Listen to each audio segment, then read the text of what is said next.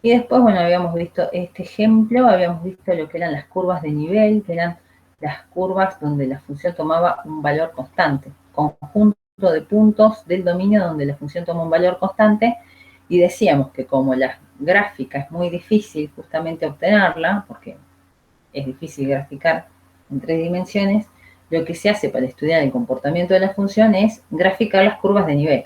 ¿Sí? Entonces vemos, por ejemplo, estas que están acá son las curvas de nivel que tiene el Wolfram Alpha. Mientras más oscura sea la región, ¿sí? Más abajo está el gráfico, fíjense. Mientras más oscura esté la curva, esa región, más abajo está el gráfico, y mientras más clarito, valores mayores va a tener. Bueno, esto es lo que habíamos visto en la clase pasada, y ahora empezamos con el límite de funciones de dos variables. Que en realidad tendríamos que refrescar un poco esto de la idea de el límite de una función cuando tenemos una sola variable.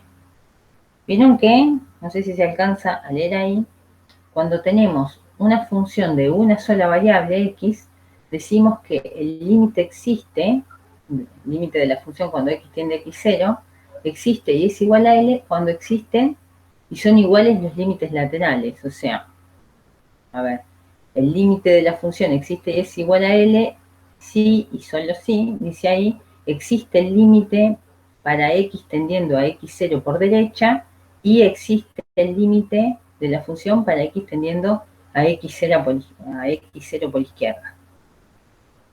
A ver, ¿qué estamos diciendo con eso?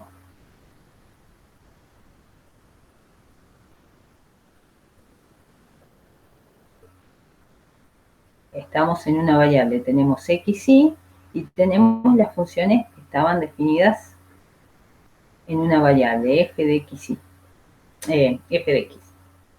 Entonces imagínense que tenemos un punto acá, un punto x0, eventualmente podría o no, no importa, estar definida la función en ese punto, podría no estar definida, pero a ese x0 decimos que el límite va a ser igual a L si cuando yo me acerco por derecha, tomo un punto acá, un x, y me acerco a x0 por derecha, sería,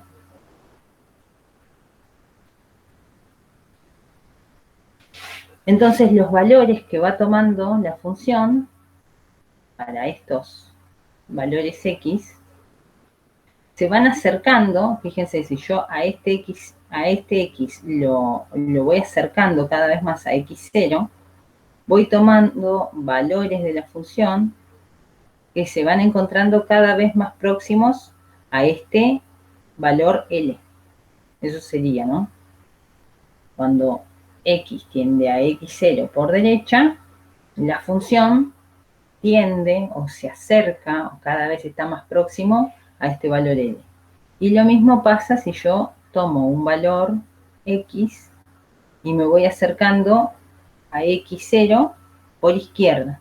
O sea, a medida que voy tomando estos distintos valores de x, fíjense que la función, el valor de la función, va tomando valores cada vez más próximos a L. Me voy acercando a este valor L. Entonces, decimos, en este caso, el límite para x tendiendo a x0 por izquierda de esta función f de x existe y es L, y también el límite para x tendiendo a x0 por derecha de la función existe y es igual a L. Como existen estos dos límites laterales, decimos que el límite cuando x tiende a x0 es L, existe y es igual a L. Esta es una manera de pensar el límite, y estamos viendo que va a existir el límite cuando existan lo que se llaman los dos límites laterales y coincidan. El tema es que acá teníamos justamente una sola variable, que era x. Ahora nuestra función ahora vamos a estar trabajando en el plano, 2 dimensiones, vamos a tener X, Y y Z, vamos a tener un punto, pero ahora nuestro punto va a tener coordenadas X0 y 0, y ya no vamos a poder acercarnos solamente por izquierda y por derecha a nuestro punto, sino que nos vamos a poder acercar por un montón de formas distintas. Imagínense que ahí está el punto y yo tengo un punto X, Y, que está en un entorno del punto X0 y 0, y este punto que está en rojo se puede acercar a ese X0 y 0 de esta forma, o se podría acercar de esta, o se podría acercar dando toda una vuelta por acá y viniendo hasta ahí. O sea, tengo infinitas formas de acercarme al punto X0 y 0. Y lo que vamos a estar diciendo ahora es que para que exista el límite doble, se dice, tienen que existir los límites en cualquier trayectoria posible. Y es medio difícil de garantizar eso. Podemos ir tomando trayectorias parciales, pero en realidad no podríamos decir nada hasta que no estemos seguros de que existe en cualquier dirección que se nos ocurra pensar. A ver, esto que les estoy comentando es esto que está escrito acá. De forma análoga, para el caso de una función de dos variables, se dice que existe el límite doble, ahora se va a llamar límite doble. Y fíjense, va a ser el límite de la función f de xy, cuando xy tiende a x0 y 0, y va a ser igual a L, si conforme este punto xy se acerca a x0 y 0 por cualquier trayectoria del dominio, los valores de la función tienden a L. Sería eso. Cuando vamos, nos calculamos algún límite en especial, cuando xy tiende a x0 por alguna trayectoria en especial, ahí estamos hablando de que exista un límite direccional. ¿Se acuerdan que en el caso de una variable, las dos posibilidades de acercarnos al x0 eran por izquierda o por derecha? Acá vamos a tener infinitas trayectorias para acercarnos al punto. Cada una de esas trayectorias se va a llamar un límite direccional. Y en realidad, vieron que había una definición más formal de límite. A ver si puedo borrar acá.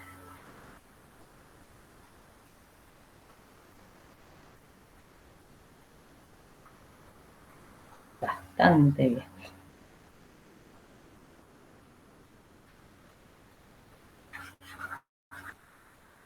La definición de límite era, yo pienso en una variable, ¿no? Yo digo que el límite de la función f de x cuando x tiende a x0 es L, ¿no?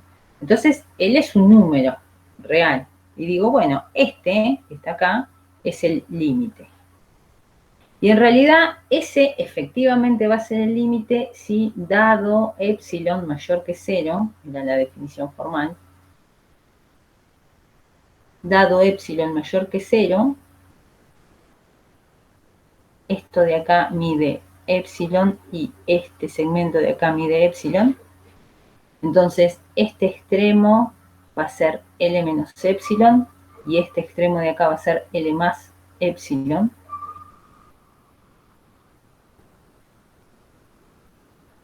Dado epsilon mayor que 0, existe un delta que depende de este epsilon que yo haya tomado y ese va a ser mayor que 0, tal que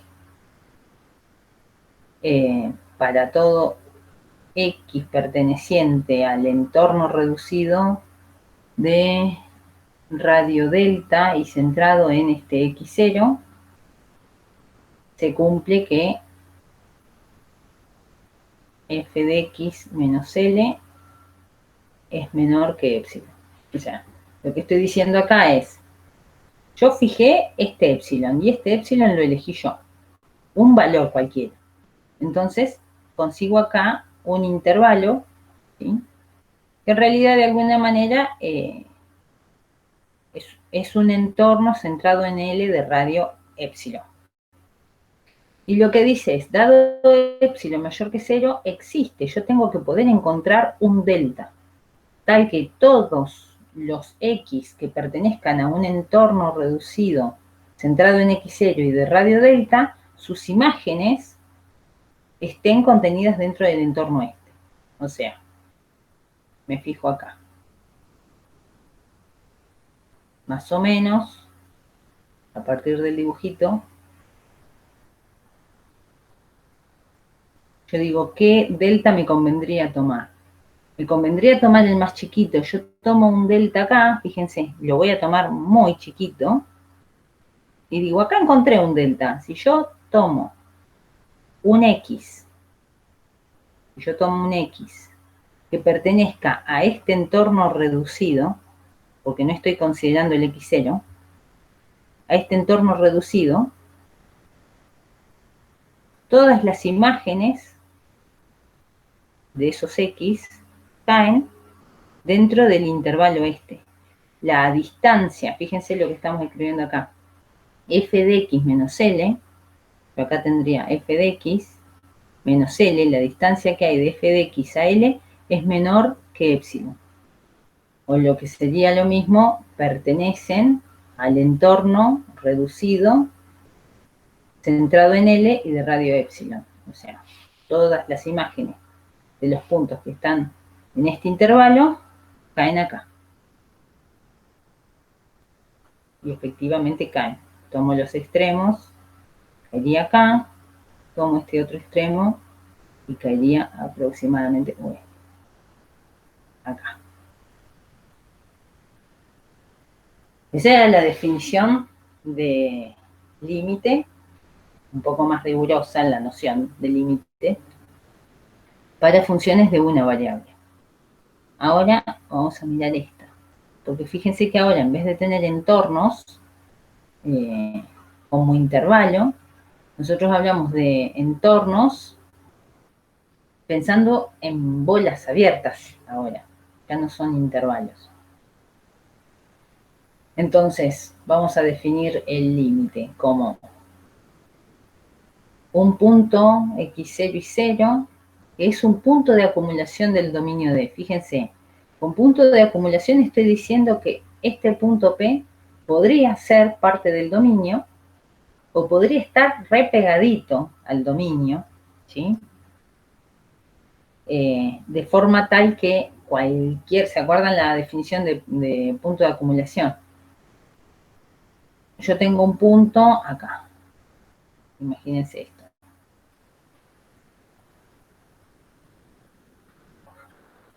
Tengo esto y decíamos que un punto de acumulación era un punto donde cualquier entorno suyo tenía infinitos puntos que pertenecían al conjunto.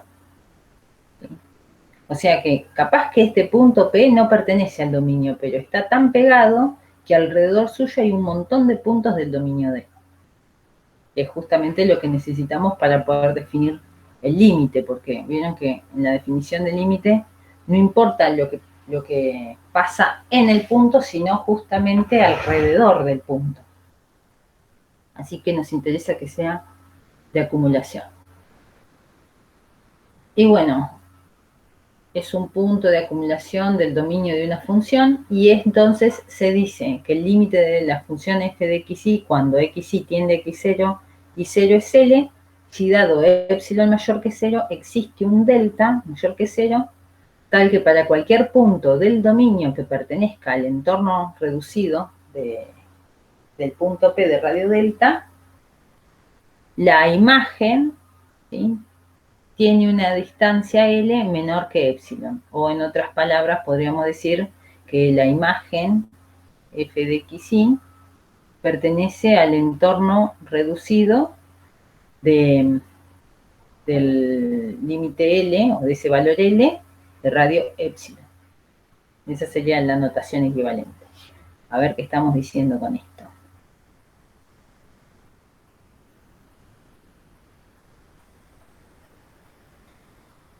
tenemos un punto, x0 y 0. Vamos a tener un dominio acá. Por ahí ese punto no es interior al dominio, pero está re cerca de puntos del dominio porque es justamente un punto de acumulación. Vamos a suponer que la función está definida acá en lo azul. Pero fíjense que cualquier entorno que yo tome del punto va a tener infinitos puntos del dominio. Entonces lo que vamos a decir es, acá voy a graficar el eje Z. A cada punto, ¿no?, de este dominio, la función le va a asignar un valor. Y lo que estamos diciendo es que acá en este punto x0 y 0, la función está o debería tomar valores muy próximos a L, justamente el valor L. No nos interesa lo que pasa en el punto, sino alrededor del punto. Entonces decimos, si es L, el límite, yo dado un épsilon mayor que 0, entonces voy a tener acá un intervalo, esto sí va a ser un intervalo, voy a tener que poder encontrar un delta acá, lo suficientemente chiquito tal vez, dependiendo del épsilon que yo haya tomado, de forma tal que todos los puntos, voy a mirar acá, todos los puntos del dominio, está escrito acá, para cualquier punto del dominio que pertenezca a ese entorno reducido del punto P, centrado en P de radio delta, que serían, fíjense, todos estos puntos, las imágenes de esos puntos tienen que estar dentro de este conjunto. ¿Sí? Esa sería la definición de límite. La noción intuitiva sería. Y podríamos pensar también que otra manera, ¿no? Si intersectáramos acá con dos planos, el más alto sería L más épsilon y el otro plano sería L menos épsilon. Tuviéramos dos planos acá. Todos estos puntos tienen como imagen puntos que se encuentran entre medio de estos dos planos. Es como si los contuvieran, ¿sí? No importa qué hacen, la función le va a tomar distintos valores, pero siempre encerrados dentro de esos dos planos. Esa sería la idea del límite. Entonces, mientras más próximos tome yo estos planos, o sea, mientras más pequeño sea el épsilon, porque dijimos que la definición era para todo épsilon, yo puedo poner el épsilon que quiera, entonces voy achicando la distancia entre estos dos planos y la función siempre queda ahí, encerrada entre esos dos valores. Capaz que, obviamente, voy a tener que tomar valores cada vez más pequeños de delta, pero es como si fuese aprisionando las imágenes hasta llegar a un único valor que es L. Esa sería la definición de límite. Sería eso, ¿no? Valores de la función que estén infinitamente próximos a L y que serían entonces, habíamos dicho, independientes de la trayectoria que hayamos elegido, o sea, independientes de la trayectoria. Entonces, no es posible afirmar que exista el límite doble utilizando límites direccionales, ya que no es posible calcularlos todos. Sin embargo, el hecho de que no exista límite en una trayectoria en particular, o que se encuentren dos límites direccionales distintos, bastará para probar que el límite doble no existe. ¿Qué estamos diciendo con esto? Por ejemplo, imagínense que, esto ya es un chancherío, pero vamos a ver. Acá estaba el punto. Imagínense que yo me acerco al punto por acá, por esta línea roja, y me da que el límite es 5. Y me acerco por esta otra trayectoria y me da el resultado que el límite es menos 3. 5 y menos 3 son distintos y el límite, en caso de existir, tiene que ser único. Así que no puede ser 5 y menos 3, el límite doble no existe, porque depende de la trayectoria que yo esté tomando. Eso sería lo que está diciendo acá, ¿no? Si hay dos límites direccionales distintos, ya podemos afirmar que el límite doble no existe. O si, por ejemplo, en alguna trayectoria no existe, o el límite direccional no existe, y entonces el límite doble tampoco. Bien, hasta ahí. Tenemos la idea intuitiva del límite doble, hablamos de los límites direccionales, pero hasta ahora no vimos cómo calcular ninguno.